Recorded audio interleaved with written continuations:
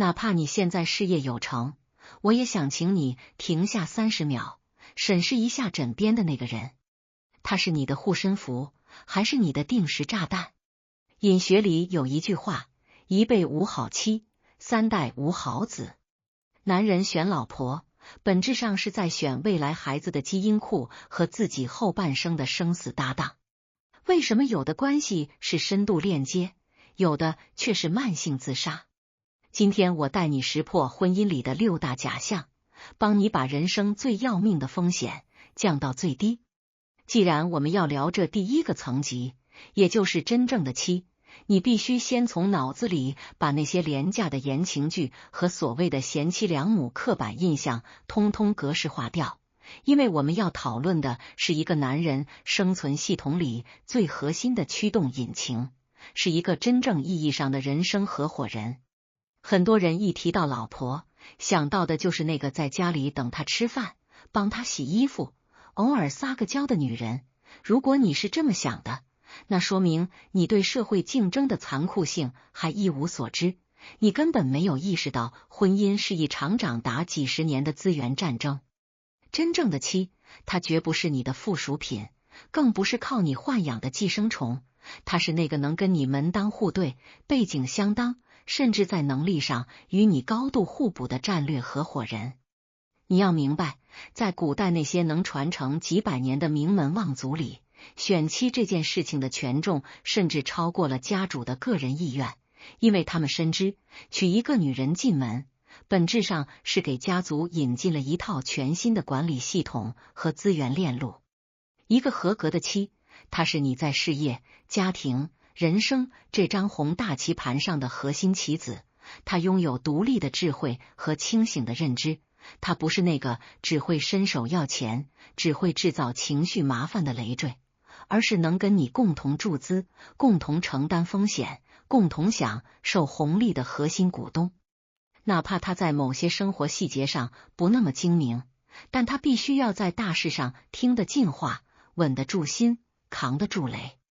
当你在外面冲锋陷阵，被对手围攻得满身伤痕的时候，他不是那个在后方哭哭啼啼问你为什么还不回家的人，他是那个能默默帮你补齐后方短板，甚至能拿起武器跟你并肩作战的战友。这种关系不仅仅是感情的慰藉，更是一场深度的战略协作。你们需要2个大脑共同运作，需要2套社会资源深度融合。为什么说妻是男人生存系统里的中央处理器？因为当你处于巅峰时期，它能成为你的降温剂，不让你在虚荣和狂傲中迷失自我。当你跌落谷底，甚至一无所有的时候，它那强大的内核能稳住整个家的场子，能把你从深渊里拉出来。这种女人，她身上带着一种经过长期文化熏陶和优良家庭教育沉淀下来的贵气和定力。她懂得规矩，懂得教养，更懂得在复杂的社会博弈中如何保持分寸感。现实中，很多男人最悲哀的地方在于，他们分不清什么是情人，什么是妻。他们被荷尔蒙蒙蔽了双眼，觉得只要会撒娇、会顺从、长得漂亮就是好妻子，这简直是大错特错。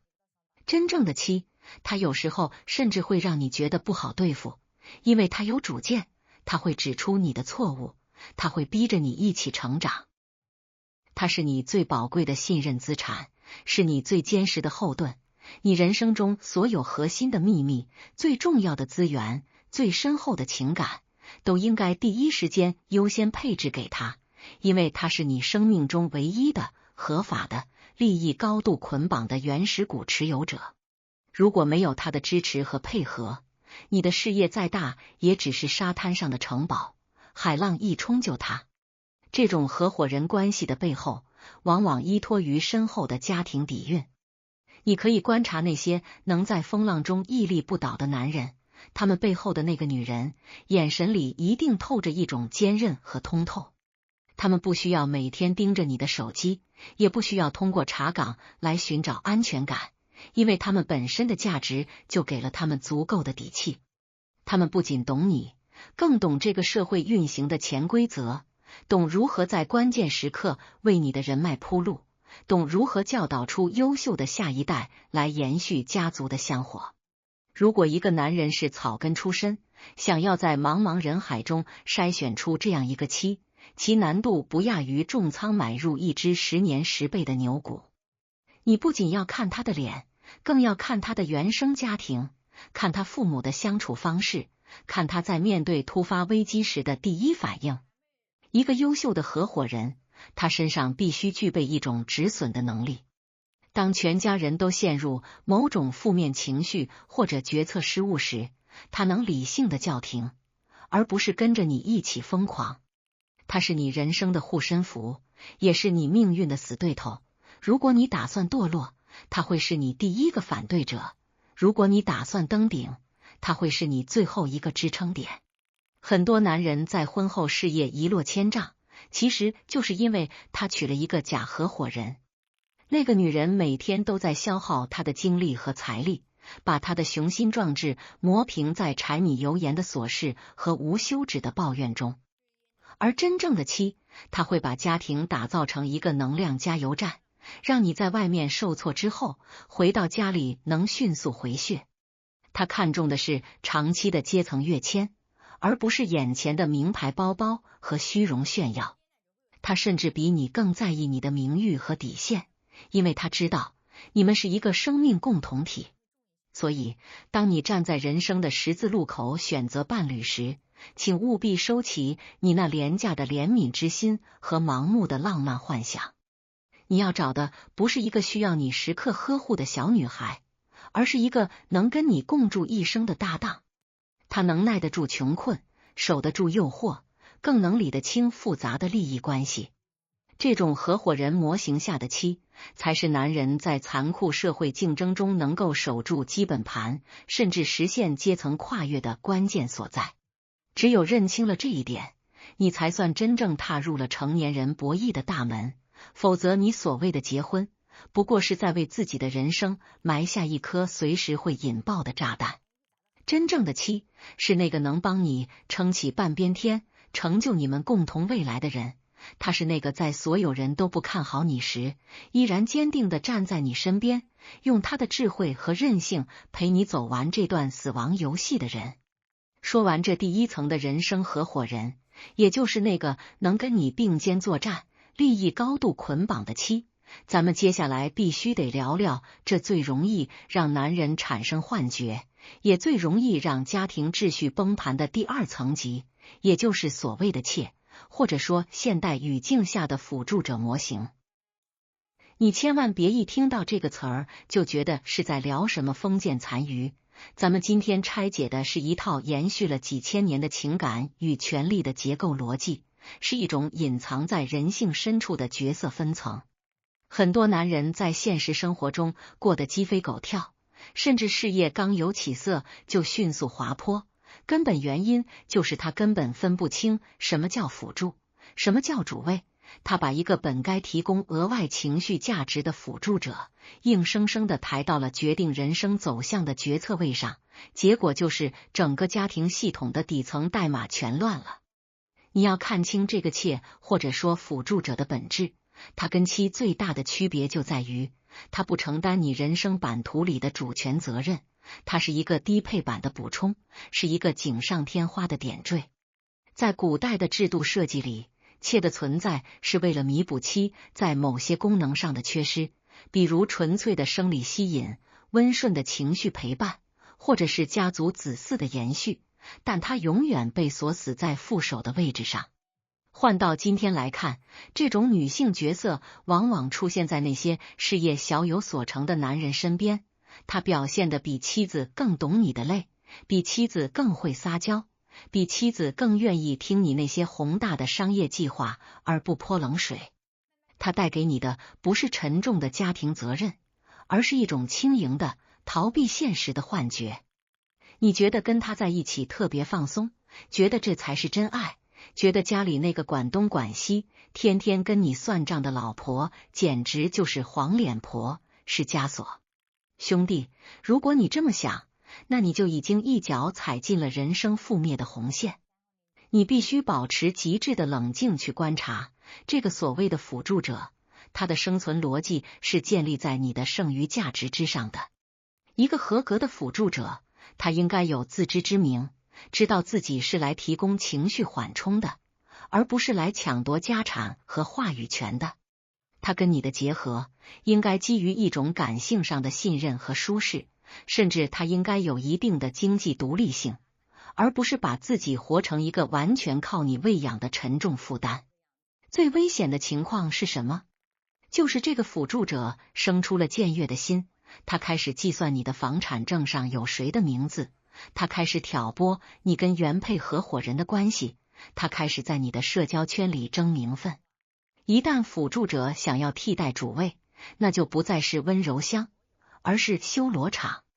你要明白，一个家庭的资源是有限的，精力也是有限的。当辅助者开始跟妻子抢夺核心资源、抢夺地盘的时候，你这个当男人的就成了那个最倒霉的中间人，你会被无休止的内耗给抽干。很多人现在都在玩一种很危险的游戏，叫做妾心主事。什么叫妾的心态？就是他永远觉得自己该被宠溺，该被无条件的爱，但他从来不打算为你分担任何实质性的风险。当你公司要破产的时候，妻子会卖掉首饰，动用娘家资源帮你填坑，因为那是他的事业，是他的命。而这个辅助者，他只会用那双无辜的大眼睛看着你，问你以后还能不能带他去吃法餐，或者转头就开始寻找下一个能给他提供遮风挡雨港湾的傻子。这就是角色的本质差异。他提供的是软价值，而软价值在硬邦邦的现实危机面前，脆弱的像一张纸。可是现在的社会风气坏就坏在，他把这种辅助者的心态给扩大化了。很多女人既没有妻的担当和格局，又没有古代妾那种安分守己、懂分寸的教养，她们追求的是一种极端的精致利己。她们跟你谈恋爱、结婚，嘴上挂着独立女性的口号，实际干的却是收割男人的勾当。他们既想要妻子的名分和财产保障，又想要辅助者的轻松和被宠爱。这种人一旦进了家门，那就是男人的噩梦。他会把你的家变成一个巨大的消耗场，他不懂得什么叫规矩，不懂得什么叫教养，更不懂得如何去维护男人的尊严和财富。他只会在你耳边吹枕边风，让你跟兄弟走远，让你跟父母闹掰，最后让你变成一个孤家寡人，只能依附于他的那点温存。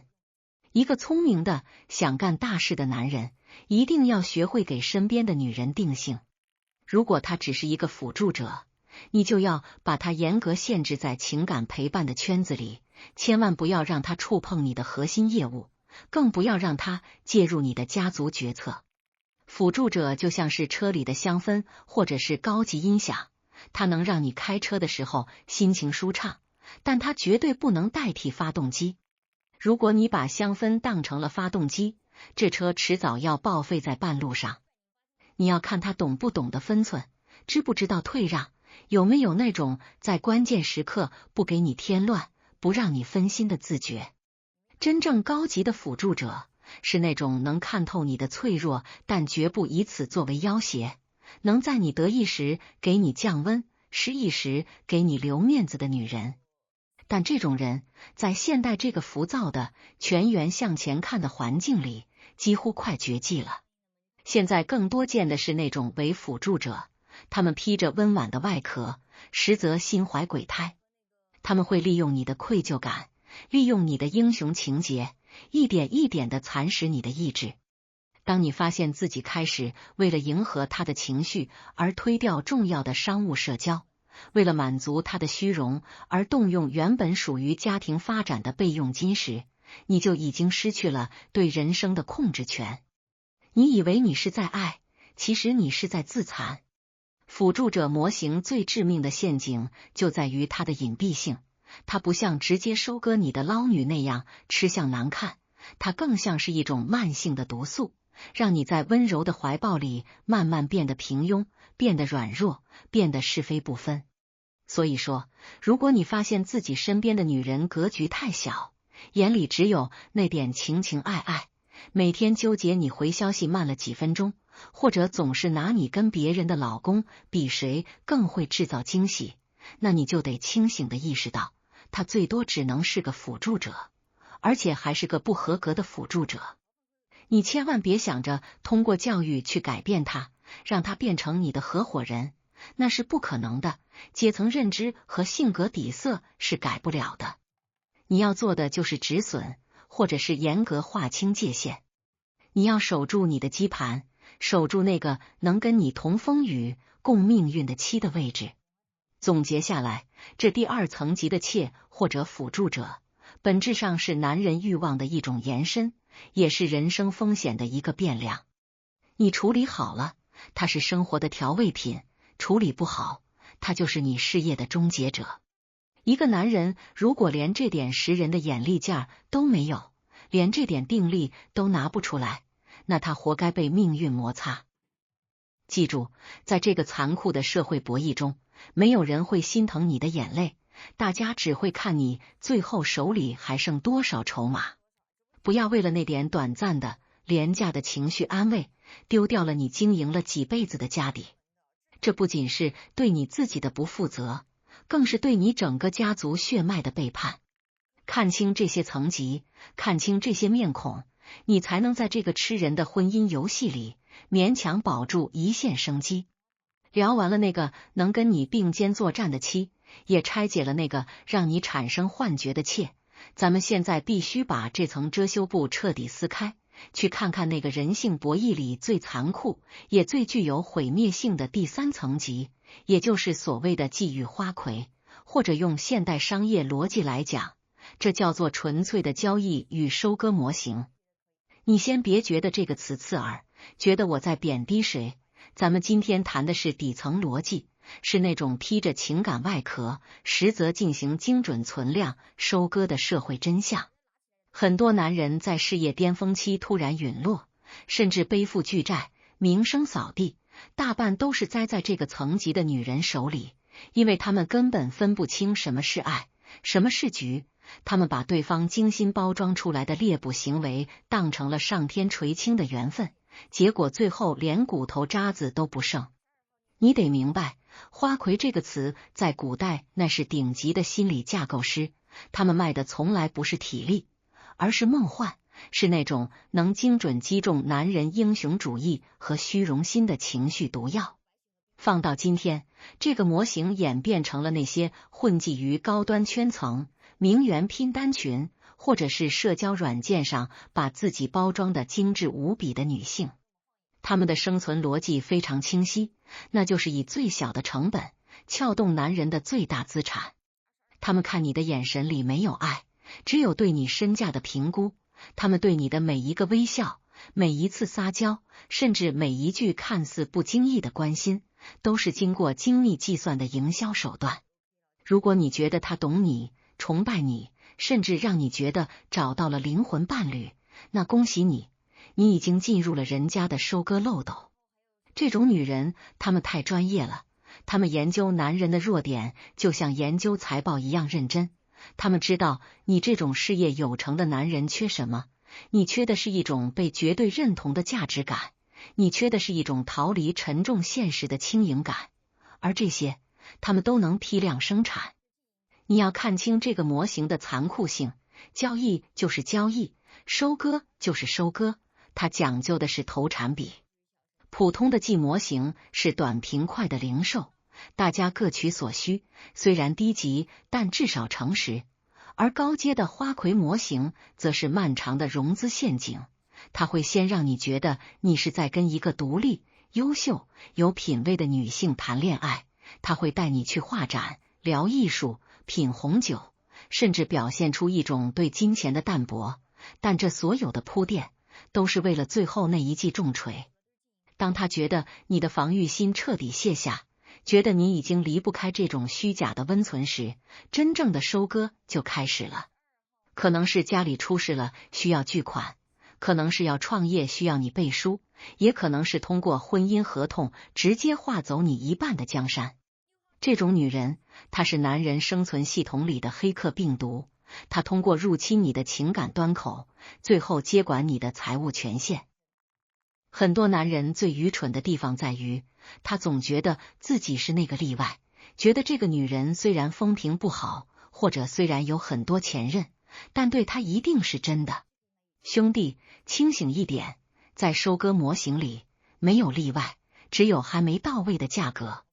这种女性的思维里没有共同成长这个词，她们的字典里只有套现。她们像猎人一样守在财富流动的路径上，等待那些志得意满、开始轻飘飘的男人入坑。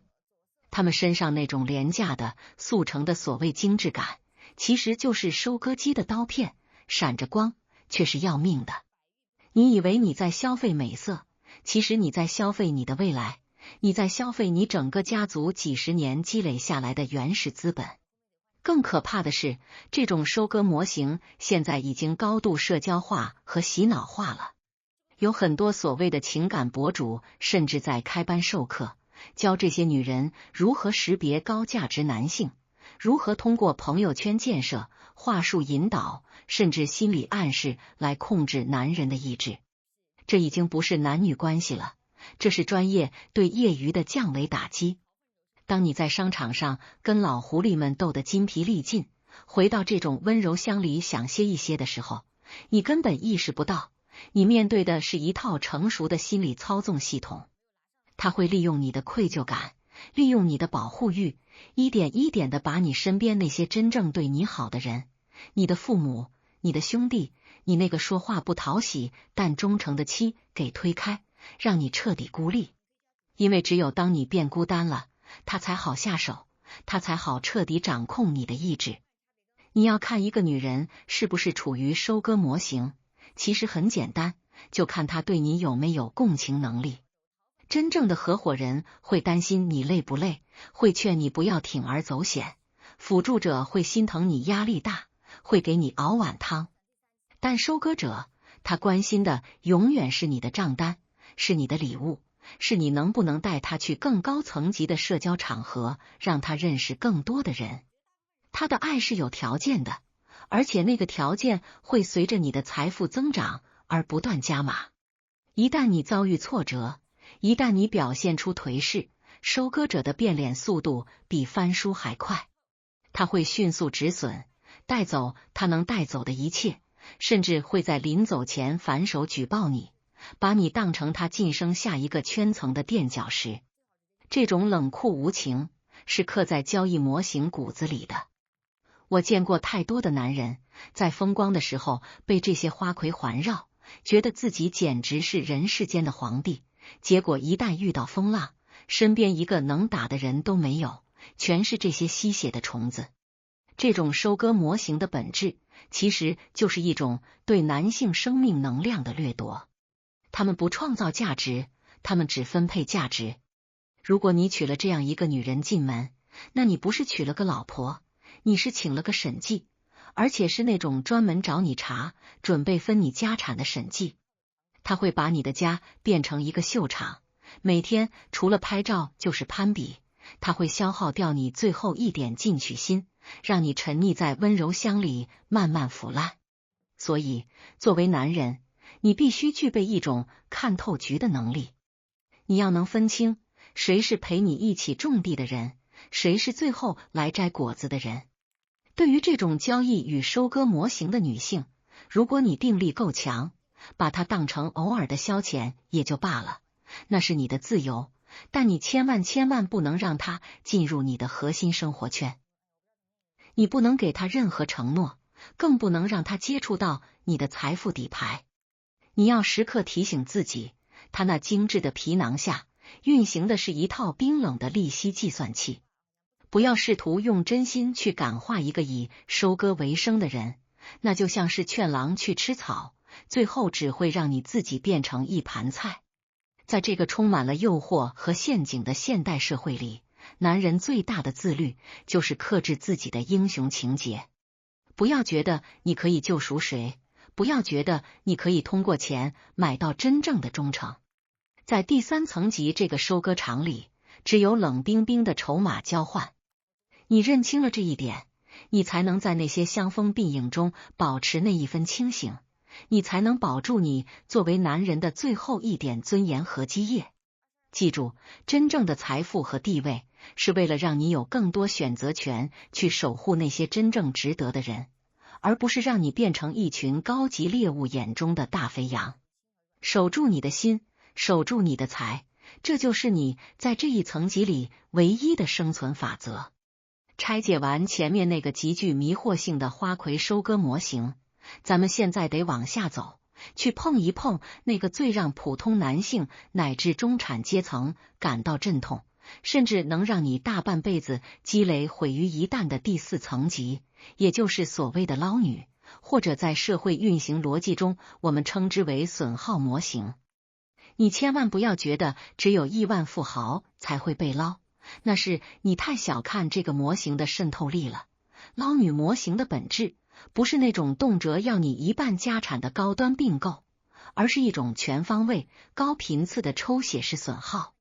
这种女性，她们可能就潜伏在你的公司、你的社交圈，甚至是你相亲对象的名单里。她们没有花魁那种高维度的心理操控术，但她们有一套极其顽固且自洽的掠夺逻辑，那就是你的就是我的，我的还是我的。如果你不小心把这种损耗模型请进了家门，那你面对的将不是生活的提升，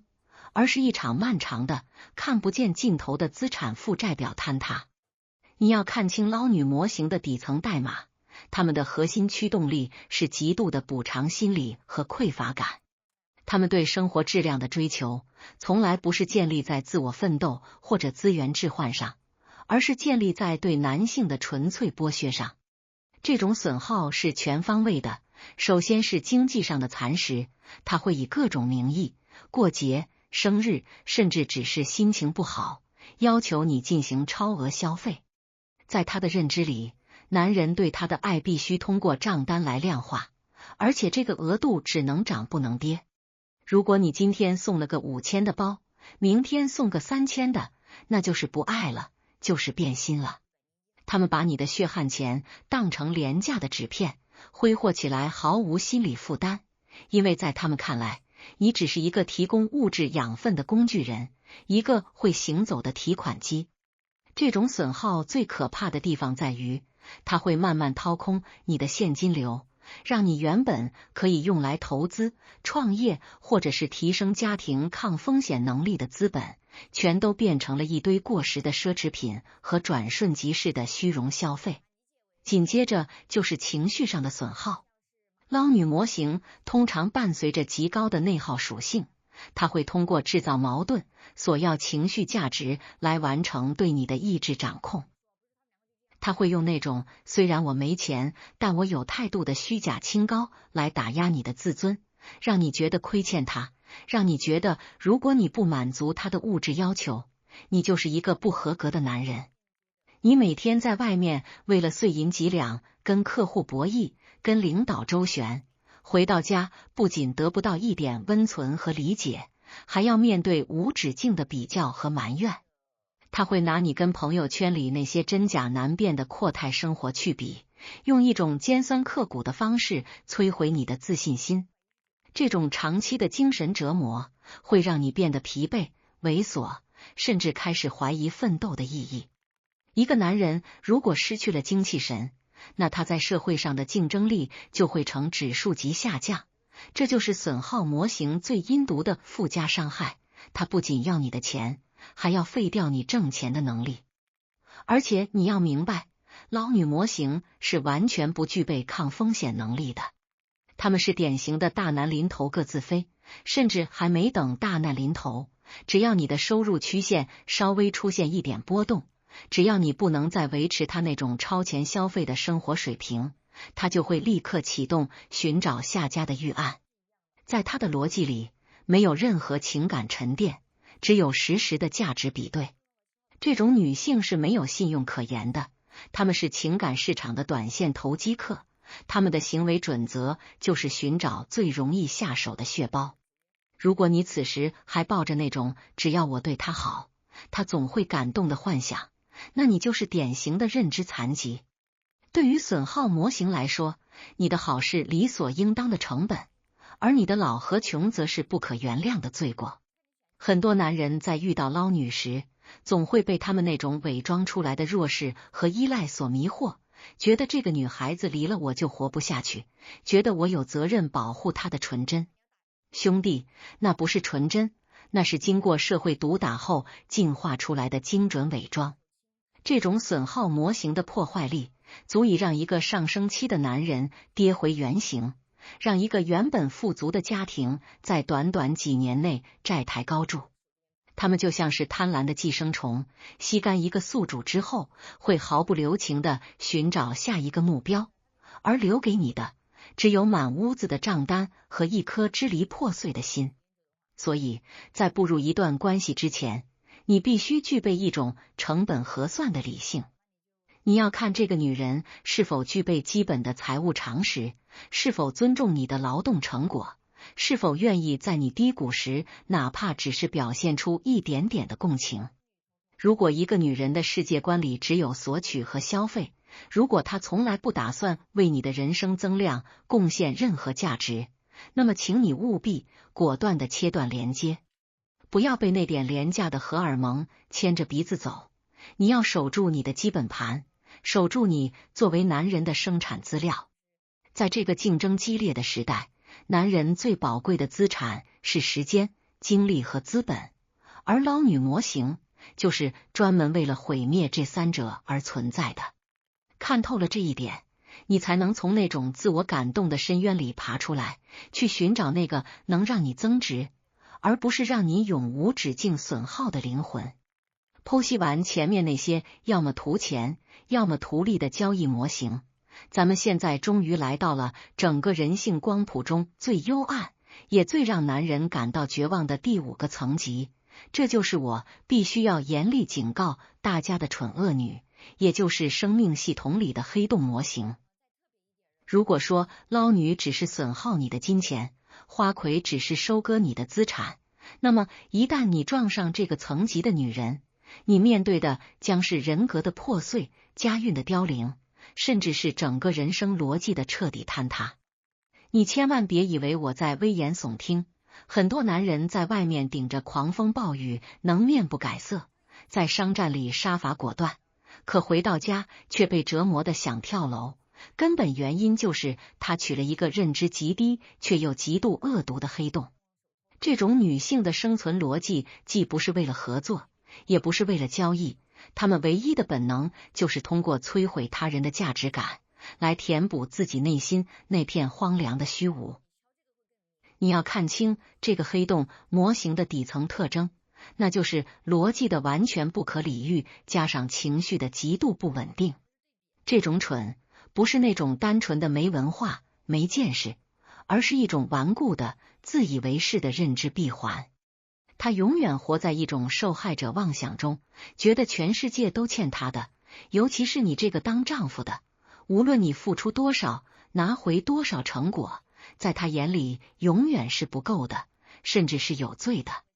他会毫无底线地消耗你的社交信用，在你的父母面前挑拨离间，在你的兄弟朋友面前撒泼打滚，甚至在你的事业关键期给你背后捅刀子。这种恶往往源于一种深度自卑驱动下的全能感，因为他自己没有创造价值的能力，所以他必须通过否定你、贬低你，甚至毁灭你来获得心理上的平衡。最可怕的是，这种损耗是无目的性的，他不是为了要你的钱，因为就算你把命给他，他也会觉得你给的姿势不对。他像是一个不受控制的粉碎机，把你辛苦建立的社交圈，你对未来的憧憬，你作为男人的最后一点尊严，全部卷进去搅个粉碎。这种女性完全不具备任何共情能力，当你累得想喘口气时，她会骂你没出息；当你生病需要照顾时，她会抱怨你耽误了她的生活。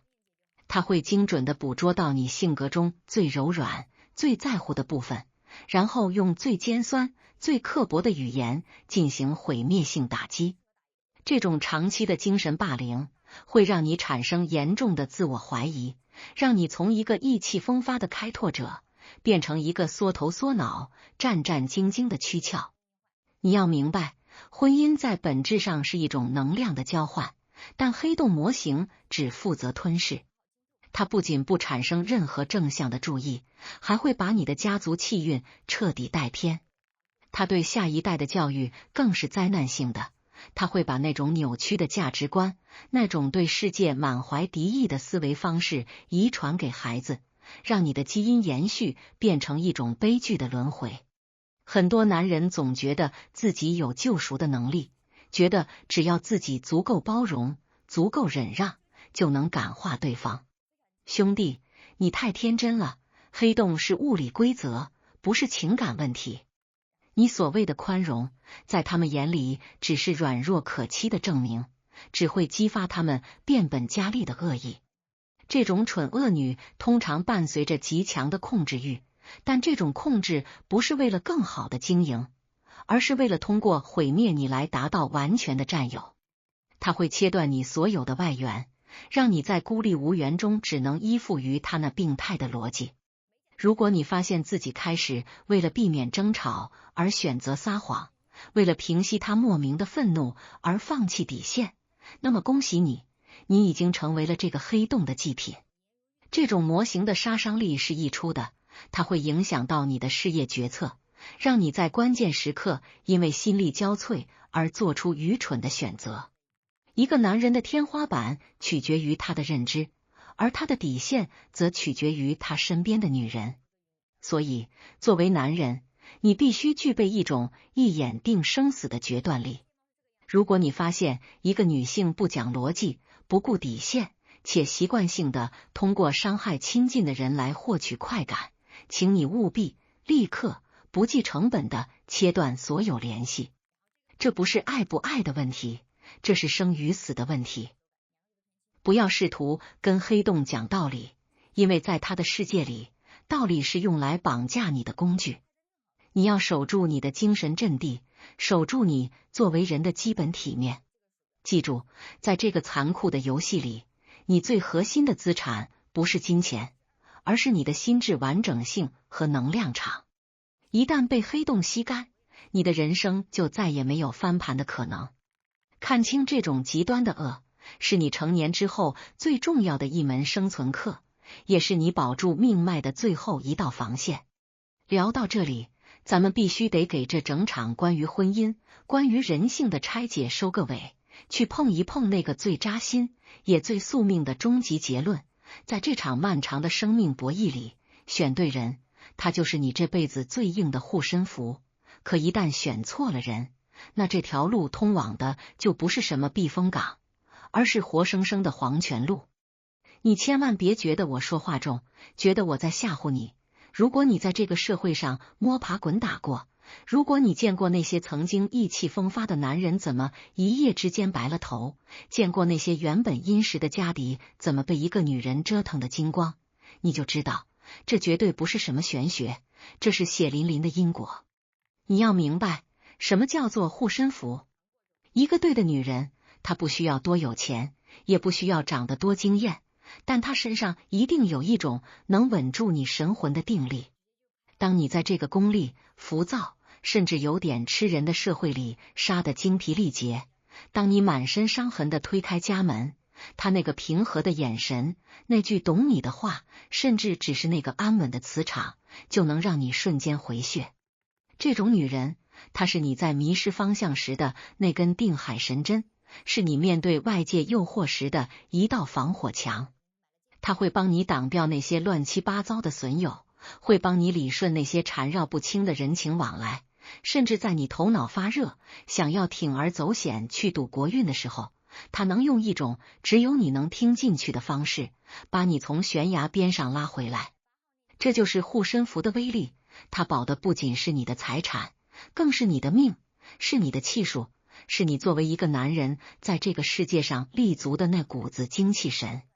有这样的女人在后方，你出去闯荡的时候，心里是实的，手脚是放得开的，因为你知道，哪怕全天下都背叛了你，你还有一个绝对安全的退路。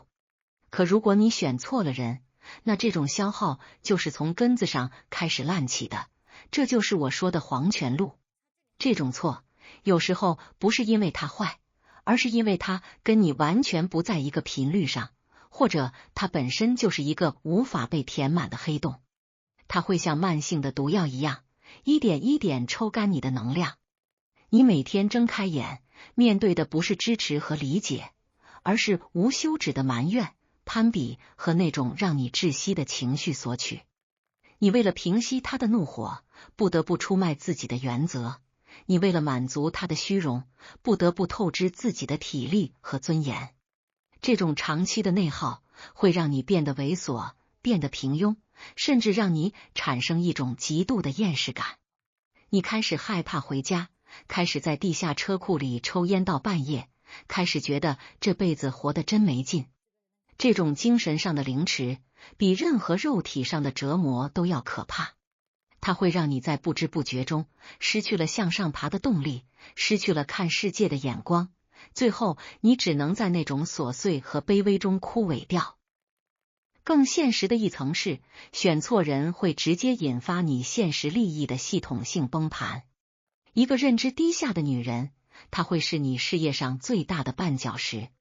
她看不懂你的布局，守不住你的秘密，甚至会在最关键的时刻，因为一点蝇头小利出卖你的利益。她会把你的家变成一个是非场，让你陷入无穷无尽的家庭矛盾中，让你根本无暇顾及事业的发展。这种黄泉路是你亲手挖的坑，然后你还得自己跳进去，看着自己几十年奋斗的成果化为泡影。你以为你娶的是个伴侣，其实你娶的是个讨债的，是一个专门来终结你家运的终结者。所以说，兄弟们，在这个残酷的死亡游戏里，你最不能马虎，最不能感情用事的，就是这个选人的环节。不要被那点廉价的温柔迷了心，不要被那种短暂的感官刺激蒙了眼。你要看的是这个人的底色，是他的认知，是他能不能在风雨来临的时候，跟你站在一起去对抗这个世界。你要找的是那个能让你变得更好、更强、更通透的人，而不是那个让你变得更累、更脏、更混乱的人。人这一辈子能把握住的机会其实并不多，而选对伴侣就是你唯一一次能决定自己下半辈子活法的大机会。如果你赢了，你的人生就是加法，甚至是乘法；如果你输了，那就是归零，甚至是负数。在这个世界上，没有人会心疼你的错误选择，你得为自己的眼光买单。当你能够看清这一点，能够在这个充满了诱惑的迷雾里保持那一分极致的理性和克制，你才算真正拿到了通往人生高阶玩家的门票。守住你的眼，守住你的心，选对那个能陪你走到底的人。这不仅是对你自己的救赎，更是对你整个生命序列最庄严的交代。